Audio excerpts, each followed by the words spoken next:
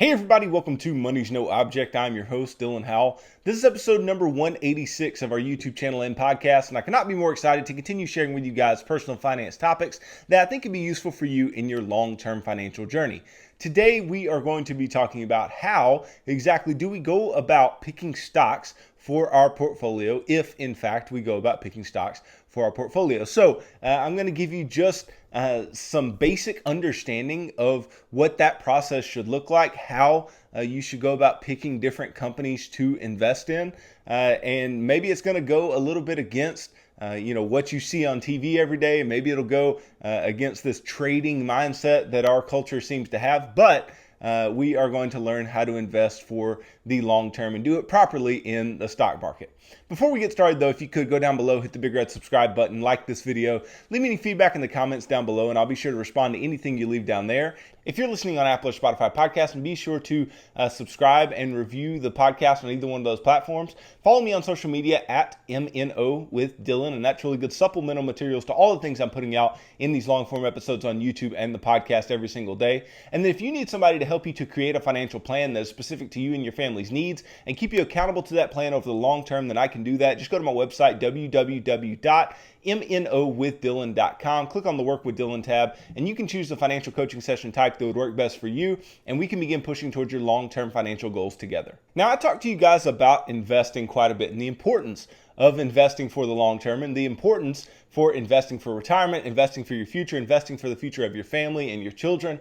But I want to specifically dig into how do we go about actually picking stocks for a portfolio? How do we actually go about choosing these specific investments? Now, I'm going to begin this video by saying that obviously, as I've said in the past, I don't think everybody should be investing in individual stocks. I do not believe that every one of us needs to go out there and do the analysis, that every one of us needs to go and pick individual companies to put in a portfolio. I do not think that that is necessary. I think that the vast majority of individuals should be investing in diversified index funds and mutual funds that fit their investment needs, and that the bulk of people will actually do that. I think the bulk of people who invest will be doing that. And regardless of if you pick individual stocks or not, your entire portfolio should not be just individual stocks, right? And what's the reason for this? Because individual stocks have a lot of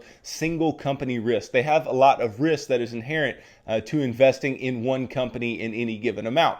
Therefore, buying diversified mutual funds or diversified index funds that have a long-term history of either performing with the market or maybe outperforming the market by a little bit, and we've talked about active versus passive and why I like passive index funds a bit better. But nonetheless, you need to be investing your money into things like that, into those diversified groups first. And then if you want to invest some of your money into individual stocks, by all means. But the vast majority of what you have should not necessarily be in individual stocks unless it is something that you have a knack for, something that you really enjoy doing, and that you're actually making yourself good returns over the long term. Because the danger is that you think you're going to be good at it, and then you realize that you don't have the temperament to be a long-term investor in individual stocks, and it takes you down the wrong path. You're not making the returns that you could make in just a basic index fund. And we know that most financial professionals are getting outperformed by index funds. So if you can do it, then by all means. But the likelihood may be lower than you think, and it may just be easier to feed money into index funds, mutual funds, ETFs, things of the like. And so I just wanted to qualify this episode by saying I don't think that everybody should do this, but if you are interested in trying to do this, if you are interested in buying individual stocks, individual companies, then I want to give you some pointers. I want to help you to understand better what that should look like in your life. Because I do think there's a lot of value to be found in investing in individual stocks. I do it myself, but I don't think that everybody is going to be successful doing it. The data bears that out. I think that there are some people who can be very good at it and quite a few people that would not be otherwise. And so they should just invest in index funds and let it be, because you will make adequate rates of returns in index funds and diversified stock mutual funds over the long term. But in trying to make abnormal returns and trying to make returns better than the market, that is why people go about picking individual stocks. And you might also pick individual stocks to meet some individual needs that are specific to you and your family. And we'll talk about what those needs might be as we move forward in this episode. So I just kind of want to start with something that just comes straight from the mouth of Peter Lynch. And for those of you who don't know who Peter Lynch is, Peter Lynch was the portfolio manager of the Magellan Fund, the Fidelity Magellan Fund from 1977 to 1990. And there are three things that he says about picking stocks that I think are very relevant to anybody who is out there trying to create a portfolio of individual stocks. And, he was making, 29% compounded returns over a 13-year period, which is just outrageous. He was beating the market by quite the clip. So he's seen as one of the best investors of all time. And so I think that's the type of person that you need to be listening to when it comes to how do I do this, right? Listen to the person who's actually done it and done it effectively before. And so there's really three things that he says that you need to do, three main tenets of picking individual stocks. And it is only buy what you understand, right? That's number one, only buy what you understand. Two, always do your homework, always analyze what you are going to purchase. And then three, invest for the long run. So in the simplest form, it seems very easy, right? It's like, okay, only if I understand it, should I buy it? I have to do some homework and I need to invest for the long run. That seems fairly simple. But then it comes down to, what do you actually understand? What businesses do you actually understand? And it may be more than you think, but what businesses do you actually understand? Do you actually know how to do your homework? Do you actually know how to do homework on a particular company?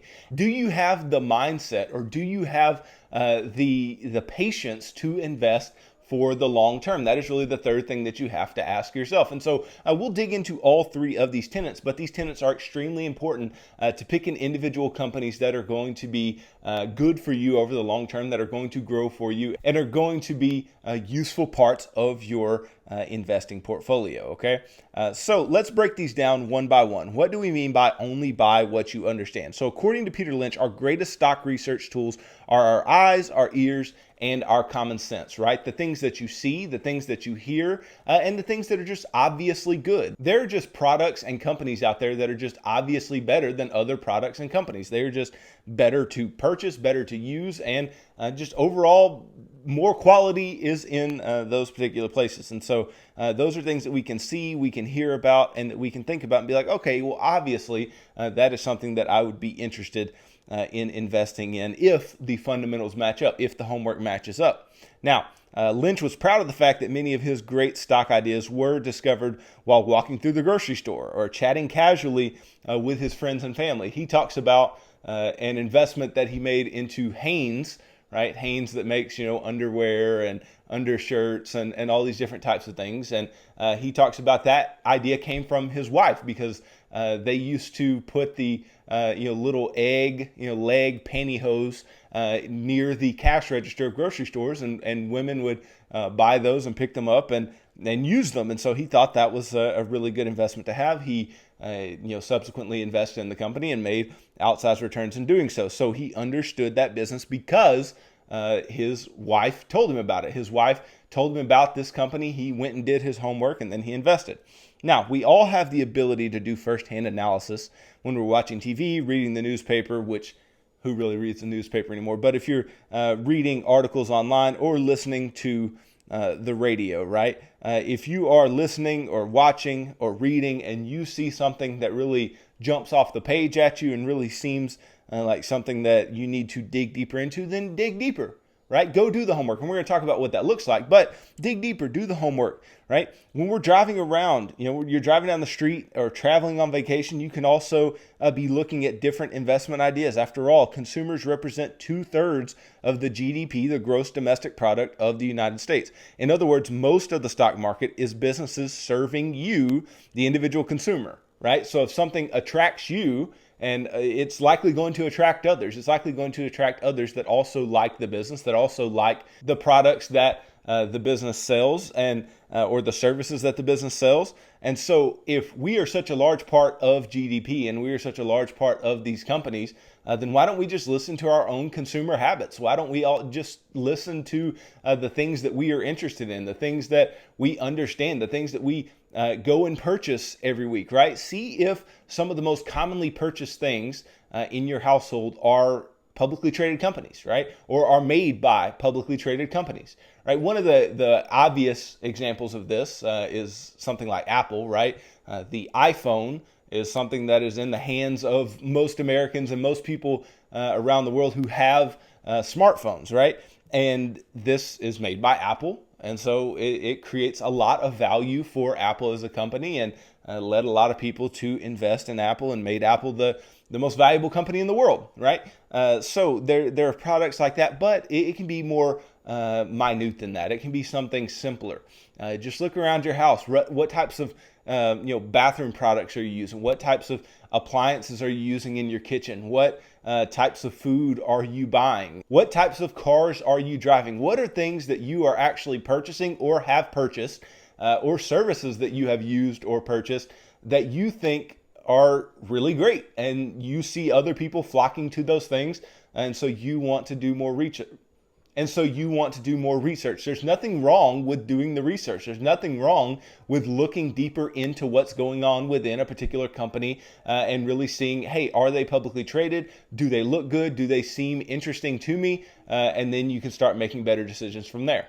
Now, it can't end here. Your stock picking process cannot end with, oh, I like their product, or, oh, I see a bunch of people going to this place to buy this thing, or I see a bunch of people using this service. It cannot end there. You have to do your homework on the company. It cannot end with you thinking that something is good. You have to go a little deeper. So firsthand observations and that anecdotal evidence are just the first step, but they are a great start, right? All great ideas need to be followed up with smart research. Don't be confused by the simplicity that Lynch talks about with investing in what you understand, right? You still have to do diligent research. Rigorous research was a cornerstone of Peter Lynch's success. And so in following up on the initial spark of a great idea, Lynch highlights several fundamental values that he expects to be met for any stock worth buying, right? So he looks at some different metrics, and these are metrics that you need to learn about and you need to understand a little better before you can pick individual stocks, right? So he looks at things like the percent of sales. So if there's a product or service that initially attracts you to a company, make sure it comprises a high enough percentage of sales to be meaningful, right? A great product that only makes up 5% of sales isn't going to have more than a marginal impact on the company's bottom line. And this can be very, very important if you're buying a product or service that is created by some conglomerate, right? For instance, many people use Geico insurance. I use Geico insurance, and Geico is a very good company. Seems like a very good company, but who owns Geico? Well, Berkshire Hathaway, and Berkshire Hathaway is this large conglomerate, and even though they own 100% of Geico, Geico is not a huge part of what Berkshire Hathaway does. And so if you just like the customer service of Geico or the prices of Geico insurance and you wanted to go buy the underlying stock, I'm not saying that's a bad underlying stock to buy, a company run by Warren Buffett, but I am just saying that you can't stop there, and you can't say that they are going to have such a substantial impact on the bottom line of Berkshire Hathaway that is where you are going to have to put your money. And there are other products that are very good products that are under some company's heading, and that company as a whole is not as stable as that particular product. So that is something that Peter Lynch looks at. There's also the PEG ratio, the PEG ratio. So this is the ratio of valuation to earnings growth rate, and it should be looked at to see how much expectation is built into the stock. And so you want to seek out companies with strong earnings growth and reasonable valuation. So a strong grower with a PEG ratio of 2 or more, right, has an earnings growth already built into the stock price that leaves little room for error. And so what the PEG is, PEG, right? So there's the PE ratio, which is price to earnings. And so it is the price of the stock divided by the earnings per share of the company, right? The net income per share, their bottom line per number of shares. So that's the PE. But then they go, okay, one more step, let's divide by G, right? Whatever the growth rate is of that company, the earnings growth rate. And what that does is that allows you to see, again, right, if the future earnings growth is baked into the price of the stock already or not. And so lower PEG ratios, just like with lower PE ratios, shows that a company is cheaper relative to their earnings, and in the PEG's case, the earnings growth that the company has. And then Peter Lynch also favors companies with strong cash positions and below average debt to equity ratios. So strong cash flows and prudent management of assets give the company options in all types of market environments. And so having little debt, having strong cash can be a very favorable thing for investors and can allow the company to grow their free cash flow and even return cash and return value to investors in a very great way. And so I thought what we would also do, since we were talking about Peter Lynch, let's talk about some things that Warren Buffett, when he does his homework, because who wouldn't want to hear about what Warren Buffett has to say? When he does his homework, what does that actually look like? So at its baseline, one of the things that Warren looks at, he says, okay, let's look at companies and how they have performed. So how have they performed as far as return? So companies that have been providing a positive and acceptable return on equity, ROE, which is nothing more than the firm's net income over the amount of common equity they have outstanding. So if they have provided a positive and acceptable ROE for many years, these types of companies can be very desirable for Warren to invest in.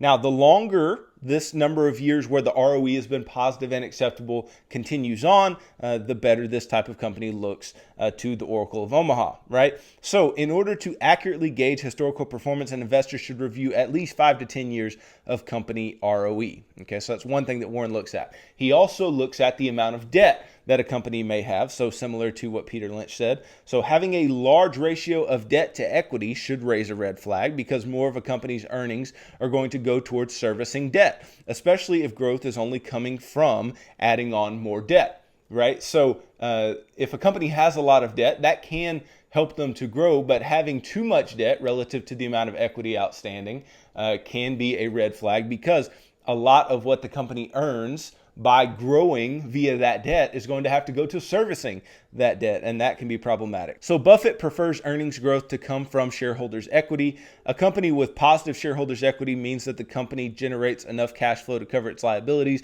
and is not relying on debt to keep it afloat. For Buffett, low debt and strong shareholders' equity are two key components for successful stock picking. So that's something that Buffett really hangs his hat on.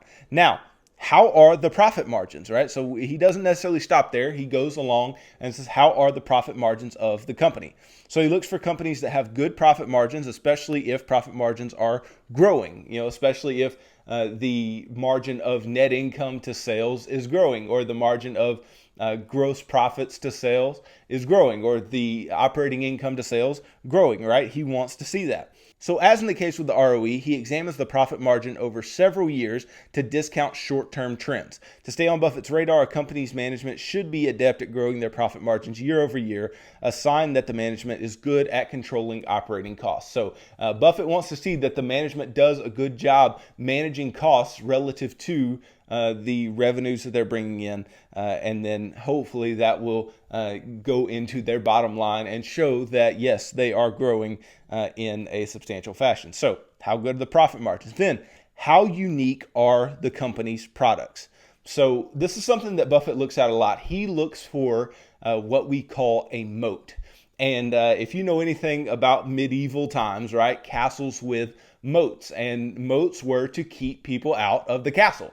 And so companies that have a moat are keeping people from competing, or keeping companies from competing with that company, right? So he considers companies that produce products that can easily be substituted to be riskier than companies that provide more unique offerings, right? If you have unique products or unique services, you can have a bigger moat, right? It's going to be harder for people to get into that space potentially. So for example, an oil company's product, oil, is not all that unique because clients can buy oil from any number of competitors. However, if the company has access to more desirable grades of oil, right, one that can be refined easily easily, then that might be an investment worth looking at. So in this case, the company's desirable grade of oil could be a competitive advantage that helps it to earn profits through greater sales and margins, right? And moats can look like many different things. That's just a very basic example. But if it's hard to compete with you, if it is very capital intensive to try to compete with you,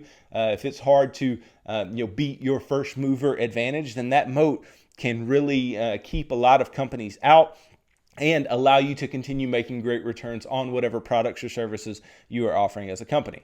Now, how much of a discount are shares trading at? This is the hallmark of Warren Buffett's investing prowess, right? What are the shares trading at relative to what they are worth, right? This is the crux of value investing. You try to find companies that have good fundamentals but are trading below what they should be. The greater the discount, the more room for profitability. Okay, so the goal for value investors like Buffett is to discover companies that are undervalued. So they try to find companies that are trading for below what we call the intrinsic value. Buffett determines some value, and we're going to talk about intrinsic value later on this week. He determines some value, right, for which a company stock should be trading based on their fundamentals, and then says, okay, is the current market price below or above? And he only wants to invest if it is below the intrinsic value that he has calculated, okay? And so there's no exact formula for intrinsic value, although there are some different ways to determine it. But investors will still look at a variety of factors such as corporate governance and future earnings potential to estimate intrinsic value. Okay, so Buffett takes a lot of things into account, and probably more than I even just named off there. But I think it's important when we're talking about doing our homework, when we're talking about understanding how to go about analyzing a company, there are some big things that we need to look at. So you heard what Lynch looks at and you heard what Buffett looks at. I think those are really, really great places to start. So we've talked about only buying what you understand. We've talked about always doing your homework. Well, what about investing for the long term? Well, this seems like the easiest of these things to do. It seems like the thing that you'd say, oh, well, just holding on to a company over the long term is very, very easy. It's not hard to not do anything. Well, let me tell you, it is hard to not do anything. It is hard to not act. It is hard to not sell something that is going down in value. It is hard to look at something that is going up in value and not want to take some profits off of the table. Okay, but Peter Lynch says not a good idea, and Warren Buffett, in everything Warren Buffett has ever said, corroborates this exactly, because he says that his favorite time horizon is forever. Right, his favorite time horizon does not end, because the longer that you can be invested, the better off you are going to be. So Lynch has said that absent a lot of surprises, stocks are relatively predictable over 10 to 20 years. As to whether they're going to be higher or lower in 2 to 3 years, you might as well flip a coin to decide. Right? It may seem surprising to hear these types of words from Peter Lynch, from somebody who is a legend on Wall Street, but it serves to highlight how fully he believed in his philosophies, and he understood that the market can bear out truth over a long period of time, but it is very, very difficult in the short term to see your determinations of value come to light. Right? So he kept up his knowledge of the companies he owned, and as long as the story hadn't changed, he didn't sell. So this is very, very important. Right? Just because we say invest for the long term does not mean that you should hold on to things where the story has changed. If the story changes, by all means, get out of your position or change your position. Right? If the story changes for the better, change your position as to buying more shares if it's still valuable for you to do so, right? But you have to keep up with the things that you are invested in. You have to keep up with what the companies you're invested in are doing. You don't just buy and forget about it. You buy it and then you keep up with it as you go through your investing journey. And so he kept up his knowledge of these companies, and as long as the story didn't change, he didn't sell, right? He didn't try to time the market or predict the direction of the overall economy. That's something that Lynch talks a lot about. It's like, hey, I'm not that worried about the overall economy. I'm not that worried about macroeconomic trends. I am far more worried about what this specific company is going to be able to do over the next 20 years. There are plenty of companies that are going to hurt when things go bad in the short term, but over the long term, a company can weather the storm and do quite well. So Peter Lynch once conducted a study to determine whether market timing was an effective strategy. And according to the results of his study, if an investor had invested $1,000 a year on the absolute high day of the year for 30 years, from 1965 to 1995, that investor would have earned a compounded rate of return of 10.6% for the 30-year period. If another investor also invests $1,000 a year for the same period on the lowest day of the year, this investor would earn an 11.7% compounded return over the 30-year period. Therefore, after 30 years of the worst possible market timing, the first investor only trails in his returns by 1.1% a year. As a result, Lynch believes that trying to predict the short-term fluctuations of the market just isn't worth the effort, and if the company is strong, it will earn more and the stock will appreciate in value. By keeping it simple, he allowed his focus to go to the most important task, and that is finding great companies to invest in. Okay, so there's just a couple things I do want to add to what Buffett and Lynch have talked about and that I have communicated to you today. There's a couple things that you do need to understand when you're picking individual stocks that are going to be very, very important to you. One, you do need to decide what your investing goals are. Everybody has different investing goals. And everybody has different investing styles, right? Some people may be strict value investors like Buffett, or especially like Buffett used to be long ago. Or some people may be more growth investors like the Cathie Woods of the world, right? But you need to have the same basic tenets in mind, right? Own what you understand, do your homework, and invest for the long term, regardless of what your investment strategy is and your investment goals. You may have the goal of income, right? You may be reaching those retirement years and income is important to you. Well, you're going to invest different than somebody who's younger and their goal is growth. Their goal is capital appreciation. And then you may also be investing for your child's college and getting really close to needing that money. Then your goal may be capital preservation, right? The goals may be different, but the three tenets that Lynch lays out still stand strong. You do need to learn some basics of the financial statements, understanding what different things in the financial statements mean, and understanding how to calculate some basic metrics, ratios, and ultimately intrinsic value, which we will talk about later on this week. You also need to keep the idea of diversification in your mind, but not in the front of mind when picking individual stocks, because being diversified is not a huge deal, right? It's not a huge deal when it comes to picking individual stocks that you go out of your way to be diversified. Your index fund holdings or your mutual fund holdings will do that for you. But don't just buy a bunch of companies that are doing the exact same thing. Try to find the best of the best that will allow you to grow your money in the best way possible. And you may just need to look across different sectors and try to get some companies that are going to grow in different ways based on different things occurring in the broader market.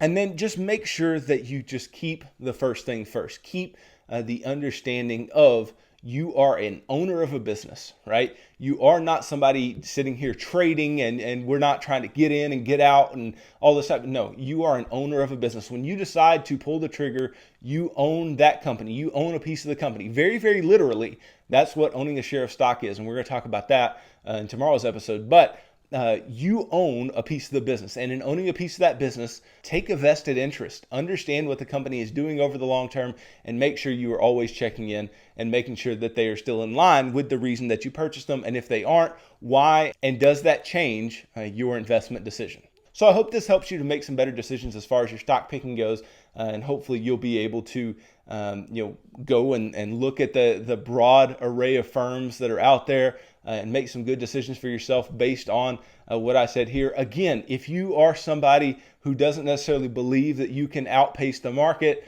then by all means, index funds, mutual funds, perfectly fine with me. That's where the vast majority of your money should be going anyway. But if you want to use some money to pick individual stocks and you think that you can create outsized returns, then by all means give it a shot. But if an adequate amount of time passes and you see, and when I say adequate amount of time, 5-10 years passes and you see, man, I'm just really lagging the market, maybe it's just smarter to put it in an index fund, right? I'm not saying you have to learn how to pick individual stocks. Most people don't. But if you think this is something you're interested in and it's something that I'm interested in, then by all means give it a shot and use these tenets that Peter Lynch lays out to begin your process. And hopefully they will help you to create a portfolio that is going to be advantageous for you over the long term. So thanks for watching this video. If you could go down below, hit the big red subscribe button, like this video, leave me any feedback in the comments down below, and I'll be sure to respond to anything you leave down there. If you're listening on Apple or Spotify podcasts, then be sure to subscribe and leave me a review on either one of those platforms.